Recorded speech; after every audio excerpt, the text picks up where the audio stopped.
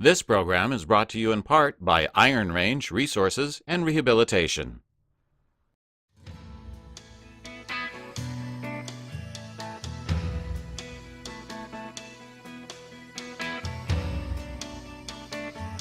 Welcome, ladies and gentlemen, to Wall of Power TV. I'm your host, Paul Metsa. We've been on the air for about 3/4 of a year, but tonight we have our first international guest. Siama Matuzungiti is from the Democratic Republic of the Congo in Central Africa. I met he and his wife, Dallas, about a year ago at the Women's March, almost a year to this weekend. Siama is a prolific composer and guitarist. He's performed with many of the greats and was a sought-after studio musician, recording hundreds of popular songs during the golden era of soukous music in the 70s and 80s in Africa. His signature sound and commitment to innovation helped to fuel the popularization of soukous, aka the sound of happiness, which is ubiquitous on dance floors the world over to this day. With no further ado, Siama and Dallas. Great to see you. Oh, great to be here. You guys already played today somewhere. Siama. Yes, I did. We did play at the Treasure Island event in St. Paul. Nice.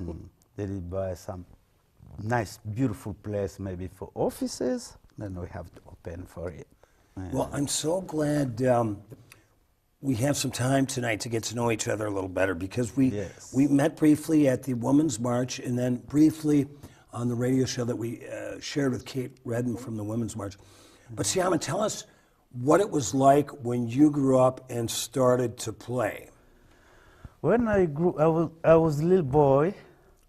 I was really wanted to be a musician. But the place I was born, my dad was chef for the priests. So there was this pressure, like every kid might be a priest or working in the office. Right. But my mind was like, oh, I think I'm gonna be a star. Especially when I reach like 12, 13. I mean, like, I wanna be a musician.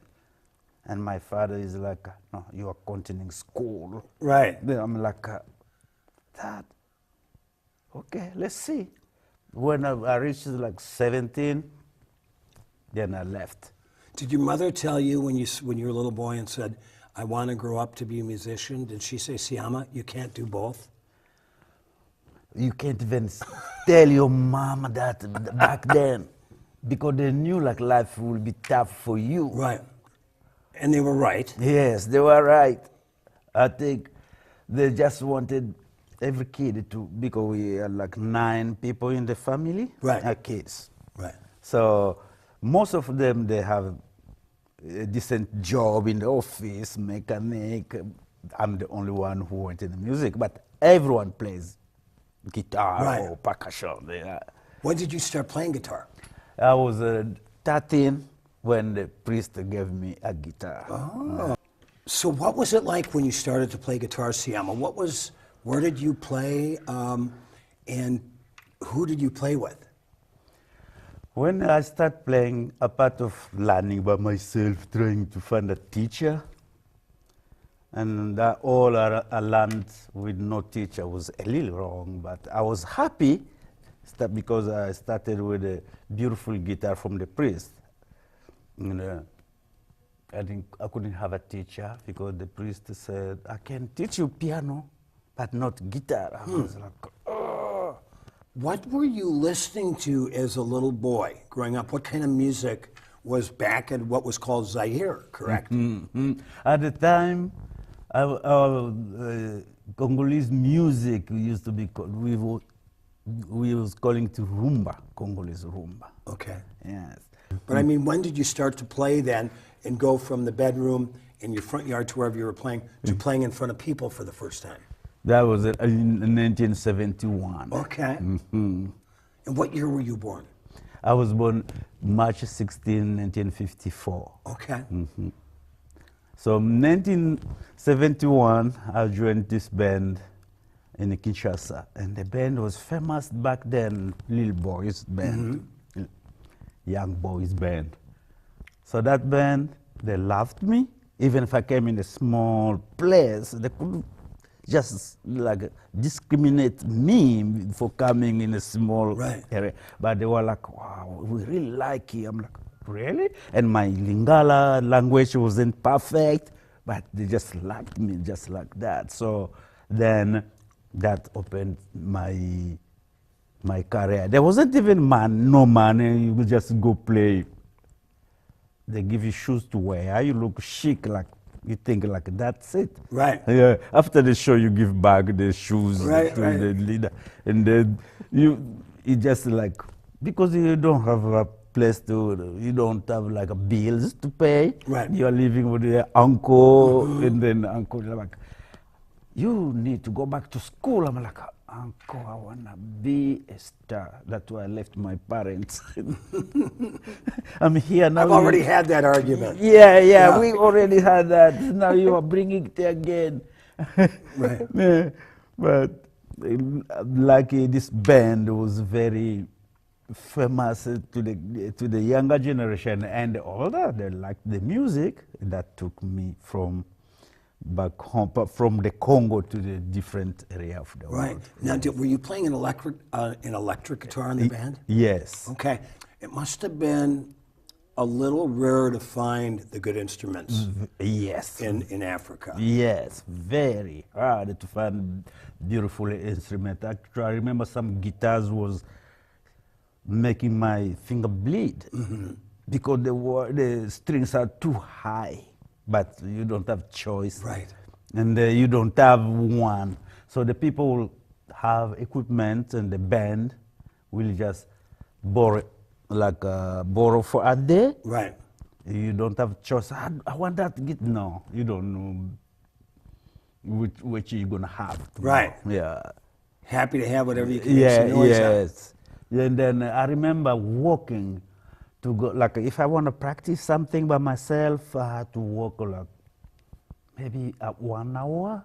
It is so sunny just to go to a friend who has guitar. Right. And then not everyone has that, so you go to different neighborhood. You know, sometimes you reach there is no phones. He's not in the home. So Oh, man. Yeah. So like, so maybe the sisters or brothers. Right. Oh, if you wanna wait, we're gonna give you a chair. Then like, I didn't own my own guitar until maybe, even when I moved to East Africa, and it was in like 1986 that I got my first guitar. When I was a little boy, Yes. and I had my first Silvertone acoustic guitar, Yeah. and I did it, I still do it. If I get a new guitar, Yeah. I put it in the corner so when I wake up in bed, it's the first thing I see. Yeah. Because it's just exciting to know Yes. it's there for you to play, right? Yes. So Dallas, tell us how you met Siama, and then fill in a little bit of those great stories that he hasn't told me because I didn't ask him the question. But tell us how you guys met. Oh, I moved to Minneapolis from New York in '95, and soon afterwards Siama moved from Africa, and we ended up in the same band. It was an international dance band. At the time, we had really different lives, so we just were. Was that the name of the band, or was it an international It was called dance band? Laka Boomba. Okay. And so I think I met you at the Lauren Cafe, probably. But you know, we had different lives, so we didn't really connect as friends. But years later, I had a song that I wanted translated, and so a mutual friend got me in contact with Siama, and when he came to translate the song, we really hit it off, and we became best friends very soon after that, and we're just inseparable, and Right.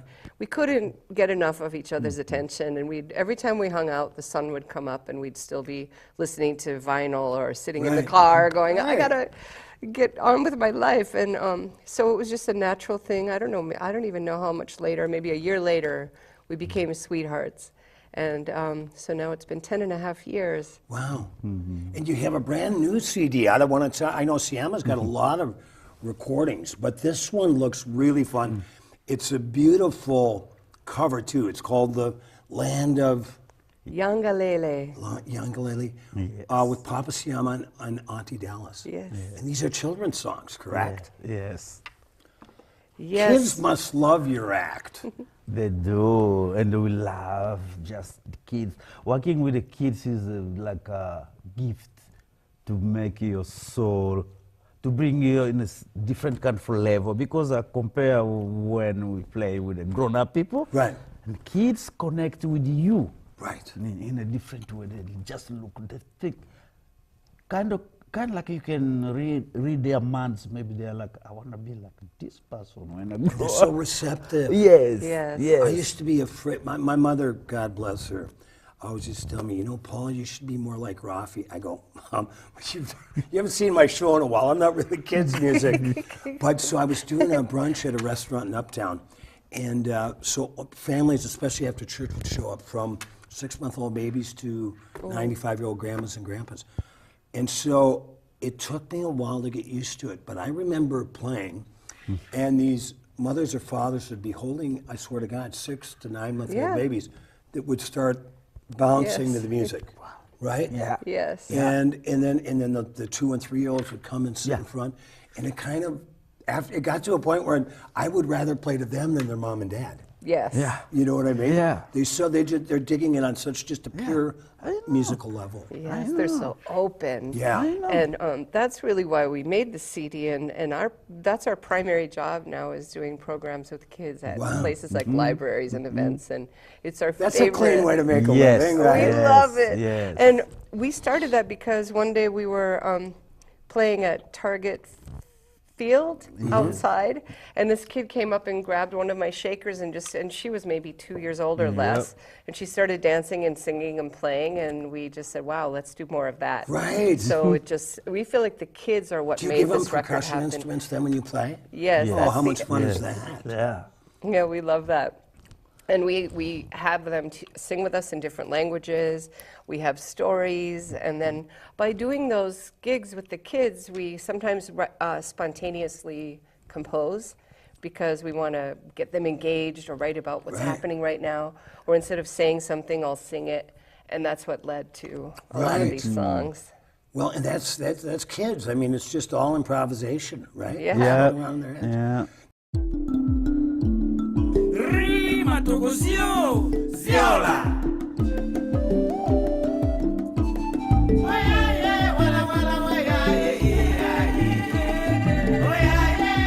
Welcome to Bakongo, land of Yangalele, smiles, games, dancing, and music.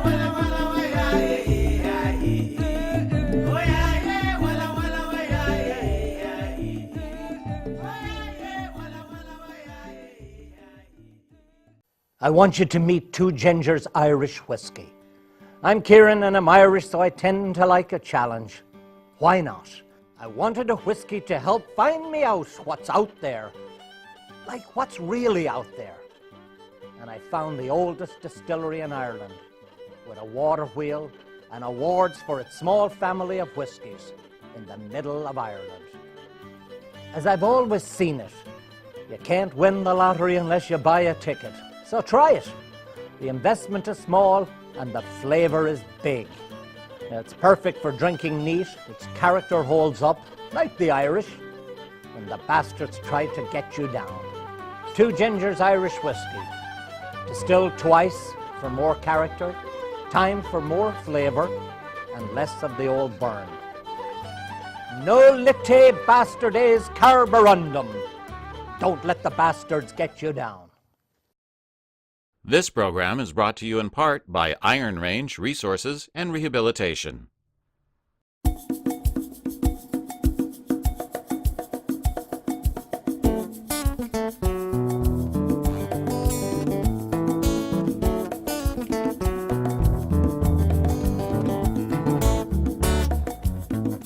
When we're free, when we're free, not a care in the world. When we're free, when we're free, when we're free, it's smooth sailing for you and me.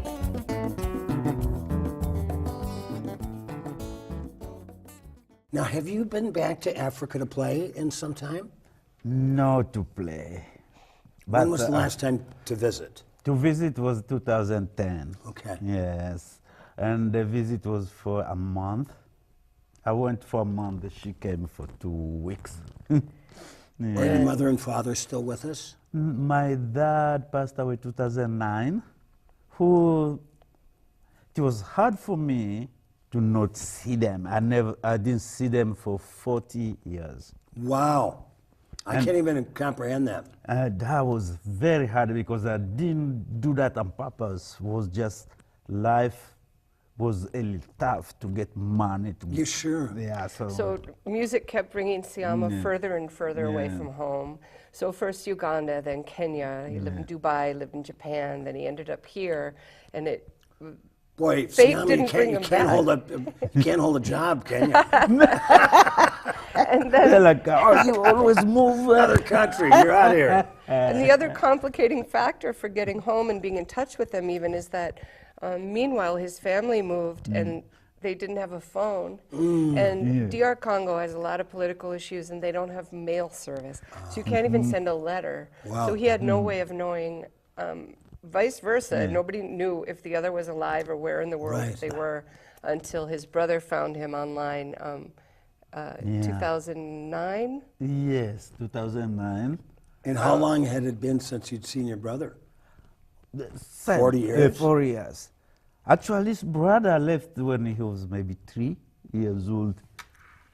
So then the parents talking about me all the time to them. And like when he grew up, he became a teacher. So he had more opportunity to be on the computer when first time those things was happening in the So when he Congo. heard that somebody in his town had an internet connection, his brother went there and Googled Oh, that's fantastic. and found Siama's phone number. And one day he was called after 40 years. So then I was like, who? Right. Yeah. Well, his voice had changed, Yeah. you know? Yeah. Then he said, oh, my name. He said his name, and then I was like, wait. I left you when you were 3 years old. Yeah, that's me. Wow. He got excited, and then the phone cut off. I'm like, I'm going to buy a card in the call back. So then calling back, they never worked. But then the next time he contacted me again. And then we sent them money so that they could get a phone. So the next day, Siama got to talk to his mother for the first time. Oh, Yeah, how no. sweet. I just sat next to him crying the whole time because when he picked up the phone, the first thing, all I could hear was Siama saying, oh, oh, oh, and he had his hand on his heart and his eyes were tearing. And I'm going to start tearing up. you know what she said to him as soon as he said, Mama? She said every pet name she ever had for him. Oh, So she was waiting for 40 years to say all those words. And she was saying, oh, sweetheart, you know, Mama's boy, Papa's favorite boy, you know, everything that she used to call him. well, it's true. You know, I know my mother. If my phone rang at 9 a.m.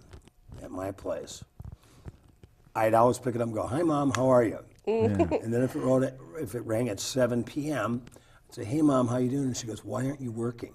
But all artists, and I think you know this, are mama's boys. Yes, yes. And Siama was so much the family favorite that his mother called her husband, Siama's dad, Papa Siama, right? Yeah. Oh, nice. Out of 9 kids, and the kids were like, how come he gets to be... Why you choose You his name? hopscotch. Yeah. I love that. So when did you start writing your own songs? Oh, actually, my first song was in 1972, maybe. The first band I joined in Kinshasa. Called Kavacha. In Kavacha, said, we need songs, so any of you has song, bring it so I can work on it. I'm like, oh, really? I have one. You have one song? Yeah, because sometimes it's hard to compose, you know. Right. And here I am like, my Lingala was poor, but I brought some idea. Then the leaders look the song and the melody. Oh, I love the melody. Let's work on it. And so then that was like Can you sing a little bit of it for us right now? yes, the song used to be called Bomoto Mabasi. Was like Bomoto Mama yeah. Bomoto Mama yeah. Nalingio bolingo mote mama. Nakangi mote mavo nalingi nabalayo mama.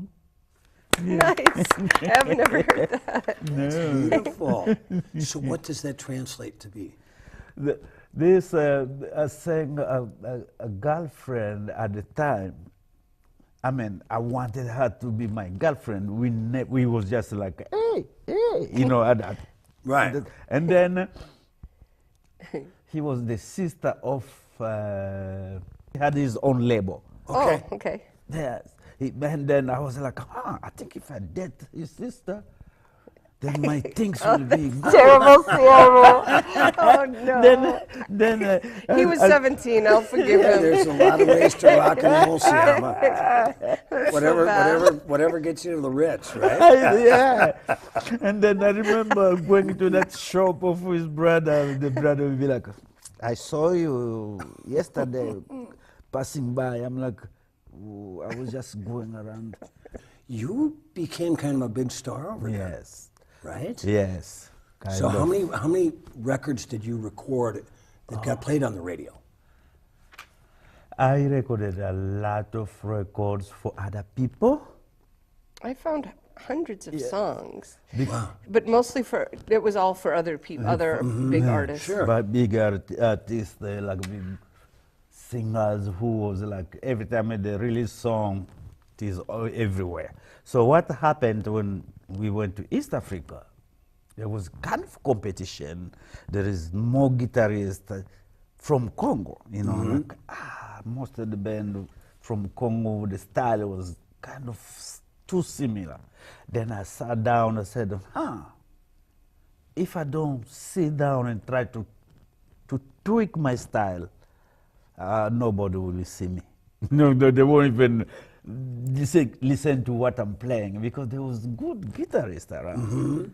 I managed to do that, and every time I play something, people like, that's beautiful. Right. Then now every promoter will new album, we want Siama. Contact Siama. Or sometimes even if there is no job, I just, I'm kind of broke, let me go to the studio. Right. Just to hang out and, Siama, come. I'm like, what? You have to record. I'm like, no, but what will happen? That guy practices the song. He play with that band. And why you want me to make it? No, we'll pay him.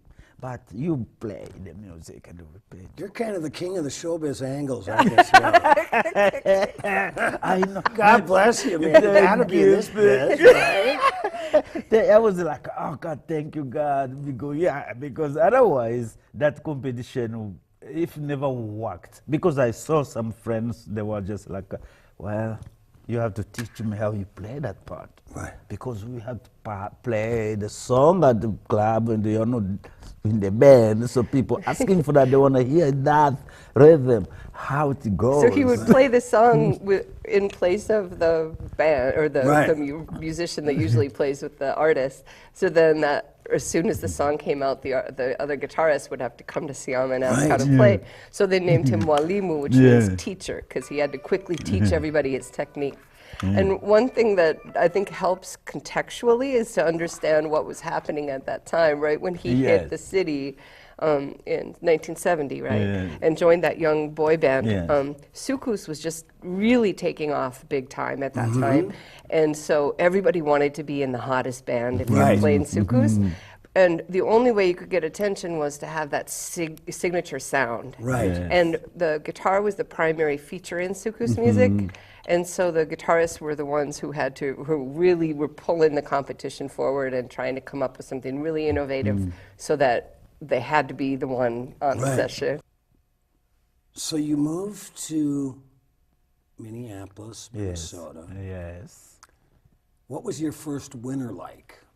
Oh, and the first winter was bad one. 96, I think that was because I came in 95 in April.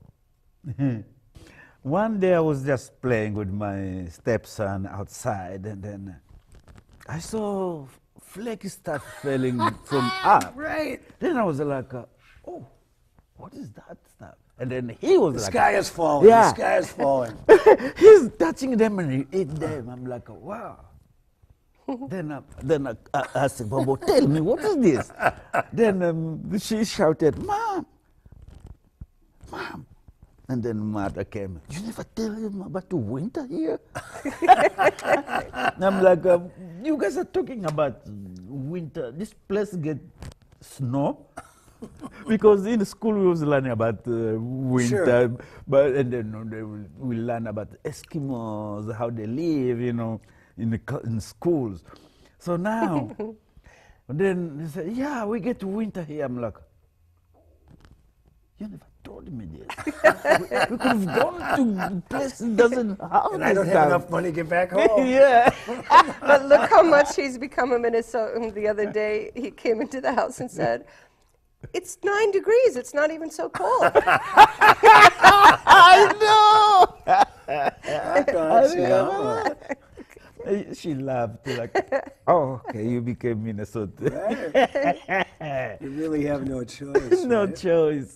And more info on Siama, you go to siamamusic.com. Yes. And with his lovely wife, Dallas Johnson Jr.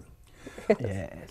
Siama, would you do me a favor? Yeah. Could you give a nice blessing in your native tongue for the Wall of Power TV audience? Nalingi Wall Power TV ezala na succès ya makasi eyokana batu nyonso balinga yango pe batu nyonso batala na motema moko yango kabende na sengi. Thank you very much, Siama. You're Happy New Year, welcome. Dallas. Thank you, Thank Paul. you. I'm going to see you guys on down the road. Thanks for watching, everybody, to Wall of Power TV. I'm your host, Paul Metsa. Stay tuned. Tell your friends about the show. And we're on every Saturday night at mcn6.org. If you got Comcast, we're on Channel 6. Stick around next week. We'll save you a seat.